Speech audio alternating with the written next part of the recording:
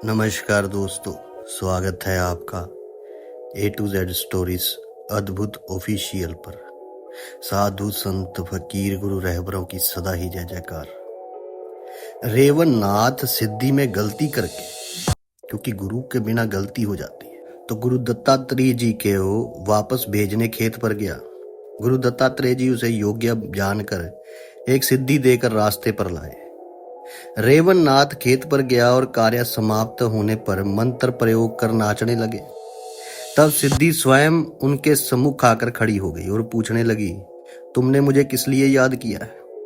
तब रेवन नाथ ने उनका नाम धाम पूछा। वे बोली, मेरा नाम सिद्धि है।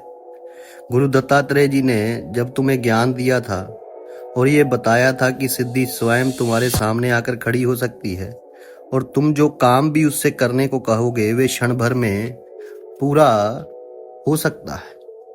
सिद्धि की बात सुनकर रेवन नाथ को थोड़ा घमंड हो गया, परंतु स्वभाव का वे नम्र था। एक दिन वे खेत का कार्य करते समय मंत्र उच्चारण कर रहा था। तभी महिमा नामक सिद्धि सम्मुख आ पहुंची। तब रेवन नाथ ने हल उसके सामने पटक कर कहा, अगर तू सिद्धि है तो अनाज की ढेरी को सोने की करके दिखा। सिद्धि ने उसी समय अनाज की ढेरी को सोने की ढेरी करके दिखा दिया। तब रेवन नाथ जी ने कहा, अब तू मेरे पास ही रह, मुझे जब जरूरत होगी तब तुझसे कार्य करवाऊंगा। सिद्धि बोली, मैं गुप्त रूप से आपके निकट ही रहूंगी, बार बार मेरे दर्शनों की चाह मत करना, तेरा जो भी कार्य होगा वे मैं कर दूंगी। रेवन नाथ सूर्यास्त के समय घर आया, बैलों को गौशाला में बांध दिया और रात को पैर फैलाकर लेट गया। उसने मन में सोचा कि व्यर्थ का कष्ट क्यों उठाया जाए।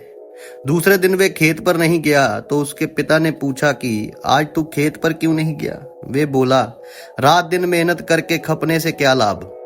उसके पिता बोले, ऐसे हम कहाँ के मालदार हैं, एक एक दिन रात कैसे कटता है ये मैं ही जानता हूँ। इस पर रेवन नाथ बोले, आप क्यों ऐसी बातें करते हो? जरा घर में जाकर देखो, सारा अन्न सोने की ढेरी हुआ पड़ा है। जब पिता ने घर जाकर देखा तो बेटे का कहना सत्य निकला, परंतु उन्हें बड़ा ही आश्चर्य हुआ। उन्होंने सोचा कि मेरा बेटा अवतारी पुरुष है। उसके बाद वे अपने बेटे के कहे अनुसार ही चलने लगे। रेवन नाथ सिद्धि प्राप्त होने के पश्चात गांव में आने जाने वालों को खाना कपड़ा देने लगा और रोगियों को मुफ्त दवा दारू। उसका यश दूर दूर तक फैल गया और लोग उसे रेवन सिद्ध के नाम से पुकारने लगे। कुछ समय पश्चात तीर्थ यात्रा करते हुए गुरु मत्स्येंद्र नाथ जी बुदुल गांव की धर्मशाला में ठहरे। गुरु मत्स्येंद्र नाथ अपने गुरु दत्तात्रेय जी का स्मरण कर रहे थे। तब लोगों ने भोजन करने के लिए रेवन सिद्ध का घर बताया और गुरु मत्स्येंद्र नाथ जी से के पूछने पर सारा हाल कह सुनाया।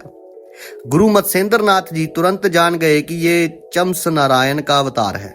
फिर उन्होंने और जानकारी के लिए पूछा कि रेवन नाथ से कौन सा देवता प्रसन्न हुआ है, लेकिन लोगों को ज्यादा जानकारी ना होने के कारण वे और कुछ ना बता सके। गुरु मत्स्येंद्र नाथ ने जंगली पशु पक्षियों का निर्माण कर उन्हें अपने शरीर पर खिलाने लगे। ग्राम वासियों ने सोचा कि ये भी कोई अवतारी पुरुष हैं। जब लोगों ने ये बात रेवन नाथ से बताई तो वे उनसे मिलने आए। गुरु मत्स्येंद्र नाथ जी को देखकर रेवन नाथ जी को बहुत आश्चर्य हुआ। रेवन नाथ ने अपने घर पहुंचकर गुरु दत्तात्रेय जी का प्रयोग किया। तभी उसके सामने सिद्धि आकर खड़ी हो गई और बोली, क्या आज्ञा है? रेवन नाथ ने कहा, गुरु मत्स्येंद्र नाथ की तरह द्वेष छोड़कर सब पशु पक्षी मेरे साथ भी खेले। तब सिद्धि ने कहा, ब्रह्मा जी के अतिरिक्त ये कार्य और किसी के वश में नहीं है। तब रेवन नाथ ने कहा कि तू मुझे ब्रह्मवेता ही बना दे। सिद्धि बोली, ये सामर्थ्य तुम्हारे गुरु दत्तात्रेय जी को ही है। सिद्धि के इस प्रकार कहने से रेवन नाथ ने गुरु दत्तात्रेय जी से प्रार्थना करने का निश्चय किया और जहां गुरु दत्तात्रेय जी से भेंट हुई थी वहां पहुंचकर तप करने लगा। गुरु जी दर्शन कब होंगे इसी ध्यान में मगन था। रेवन नाथ ने अन्न जल त्याग दिया और उड़कर आए पेड़ के पत्ते बीन पर खाने लगा, जिससे उनका सारा शरीर सूख कर कांटा बन गया। गुरु मत्स्येंद्र नाथ को रेवन नाथ के गुरु का पता नहीं था, परंतु रेवन नाथ को किस गुरु से सिद्धि प्राप्त हुई है ये जानने के लिए गरिमा, अरिमा, महिमा, लमिया, धमिया 8 सिद्धियां बुलाई और सबसे पूछा कि रेवन नाथ के पास कौन सी सिद्धि किसकी आज्ञा से है, मुझे बताओ। तब महिमा बोली, उनकी सेवा में रहने की मुझे गुरु दत्तात्रेय जी ने आज्ञा दे रखी है। यह सुनकर गुरु मत्स्येंद्र नाथ ने सोचा कि रेवन नाथ तो अपना गुरुभाई ही निकला। ये सोचकर गुरु मत्स्येंद्र नाथ गिरनार पर्वत पर जाकर गुरु दत्तात्रेय जी से मिले और रेवन नाथ सिद्ध का समाचार सुनाया। गुरु मत्स्येंद्र नाथ ने गुरु दत्तात्रेय जी से कहा कि वे चम्स नारायण के अवतार हैं और आपकी भेंट के कारण काफी कष्ट उठा रहे हैं। अब आप उन्हें दर्शन देकर उसकी इच्छा पूर्ण करें। जहां आपकी उससे भेंट हुई थी वह भेंट की इच्छा लेकर बैठा है वहीं पर। यह सुनकर गुरु दत्तात्रेय जी गुरु मत्स्येंद्र नाथ को अपने साथ लेकर पान अस्त्र की सहायता से रेवन नाथ के निकट जा पहुंचे। रेवन नाथ को लकड़ी के समान सूखा देखकर गुरु दत्तात्रेय जी को उस पर दया आई। रेवन नाथ ने गुरु चरणों में मस्तक रखा। तब गुरु दत्तात्रेय जी ने उसके कान में मंत्रोपदेश दिया। इन सब कारणों से उसके द्वेष और अज्ञान का नाश हो गया। फिर वज्रा शक्ति की पूजा कर गुरु दत्तात्रेय जी ने रेवन नाथ के मस्तक पर भस्मी मली, जिससे उसमें पूर्ण शक्ति आ गई। उसके बाद गुरु दत्तात्रेय जी रेवन नाथ और गुरु मत्स्येंद्र नाथ को लेकर गिरनार पर्वत पर गए। वहां बहुत दिन तक कर रुके रहे वहां वो, और शस्त्र अस्त्र सहित सारी विद्याओं में निपुण कर दिया। हम सब एक ही परमात्मा का रूप हैं, ऐसा रेवन नाथ को लगने लगा। उसके ऐसे भाव होते ही सब पशु पक्षी उसके कदमों में आकर लिपट गए। गुरु दत्तात्रेय जी ने उन्हें नाथ पंथ की दीक्षा देकर गुरु मत्स्येंद्र नाथ के समान ही सारी विद्याओं में निपुण कर स्वाधीन कर दिया। इसके बाद वे मातरंड पर्वत पर गए और नागेश्वर स्थान देखा। वहां देव दर्शन कर वरदान प्राप्त कर साबरी मंत्रों की प्राप्ति की। साबरी विद्या में निपुण होकर रेवन नाथ ने ब्रह्म भोज करने का विचार किया। उस सारंभ में विष्णु जी, ब्रह्मा जी और शिव जी को साथ लेकर सारे देवगण पधारे थे। ये सारंभ 7 दिन तक चला। सारे ही देवता रेवन नाथ को वरदान दे देकर अपने स्थानों को चले गए। तब अपने गुरु की आज्ञा से रेवन नाथ जी तीर्थ यात्रा को निकले। माण देश के अंदर एक पिटे नामक गांव है। वहां सारसुत नामक ब्राह्मण रहता था। उसकी पत्नी का नाम जानवी था।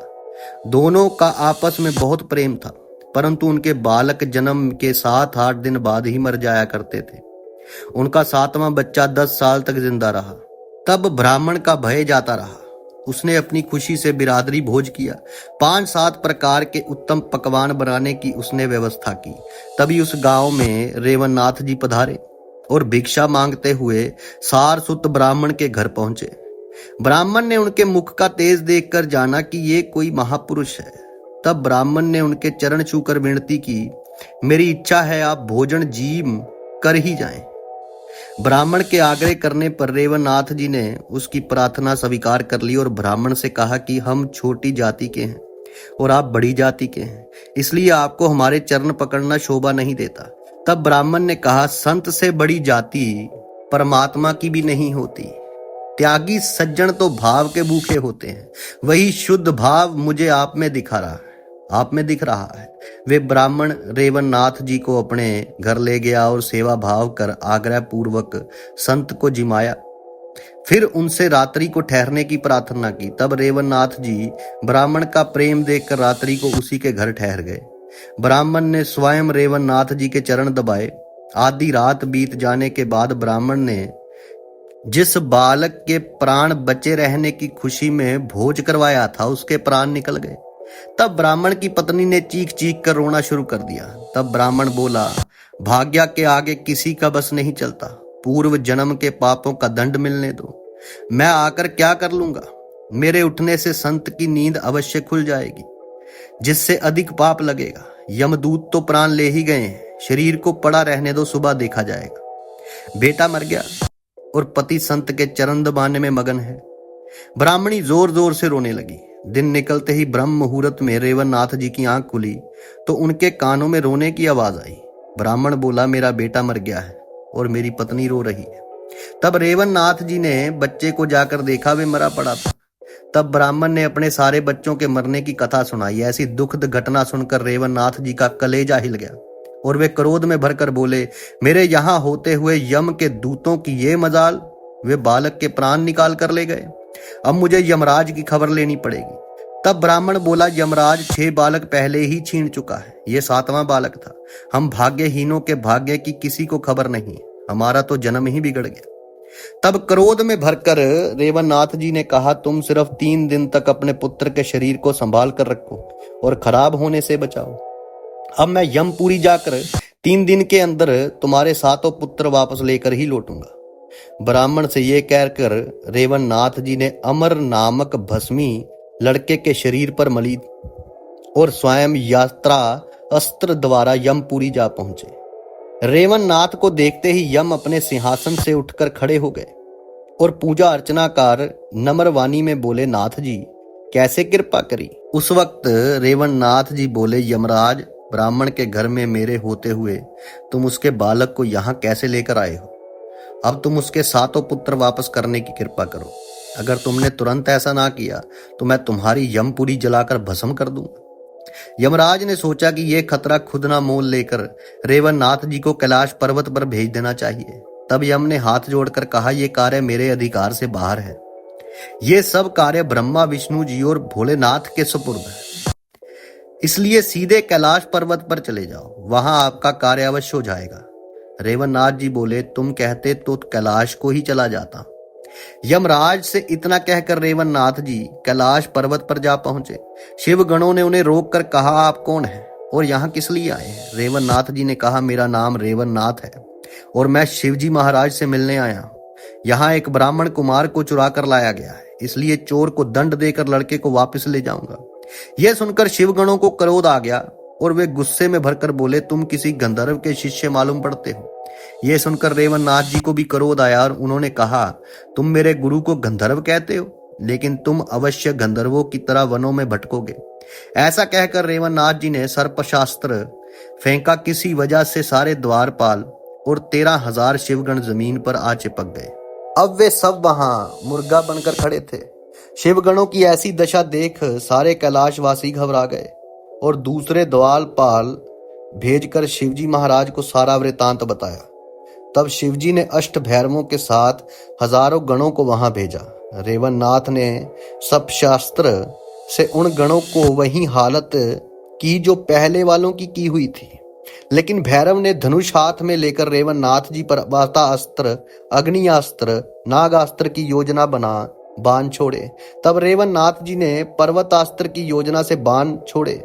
इन अस्त्रों ने भैरव के अस्त्रों को मोड़ दिया और वे भैरवों पर गिरकर नष्ट हो गए। पहरेदारों ने वे सारा वृतांत शिवजी महाराज को आकर सुनाया। तब शिवजी को बहुत क्रोध आया और वे बैल नंदी पर बैठकर रेवन्नाथ के पास आ पहुंचे। तब रेवन्नाथ ने सोचा कि शिवजी से युद्ध करना मुझे शोभा नहीं देगा, इसलिए वाताकर्षण अस्त्र मंत्र की भस्म मंत्रित कर शिवजी पर फेंकी, जिससे शिवजी का श्वास बंद हो गया। शिवजी नंदी पर गिर पड़े और बेहोश हो गए। शिव और उनके गणों की ऐसी अवस्था सुन विष्णु भगवान दौड़े दौड़े वहां आए और रेवन्नाथ को गले लगाकर बोले, तुमने किस कारण यहाँ आकर कयामत बरसाई है? तब रेवन्नाथ हाथ जोड़कर बोले, प्रभु, ब्राह्मण के घर में मेरे होते हुए ये लोग उसके पुत्र के प्राण हर लाए, इसलिए इसके 7 पुत्र मुझे वापस दिलवाइए। मैं संजीवनी की शक्ति से उन्हें जिंदा कर ले जाऊंगा। विष्णु जी बोले, मैं 7 ब्राह्मण पुत्र तुम्हारे हवाले कर देता हूं, लेकिन उनके शरीरों का निर्माण तुम्हें स्वयं करना पड़ेगा। विष्णु जी की वाणी सुनकर रेवन्नाथ जी उनकी बात मान गए और प्रकाशास्त्र की योजना करने से शिव जी को होश आया। फिर विभक्तास्त्र को जप कर 8 भैरवों पर भस्मी छिड़की, तब वे अस्त्रों से मुक्त हुए। अब आगे जो हुआ वो आपसे साझा करेंगे अगली वीडियो में। तब तक के लिए आप सबका धन्यवाद। आप सबके भीतर बसे उस परमात्मा को मेरा प्रणाम। साधु संत फकीर गुरु रहबरों की सदा ही जय जयकार।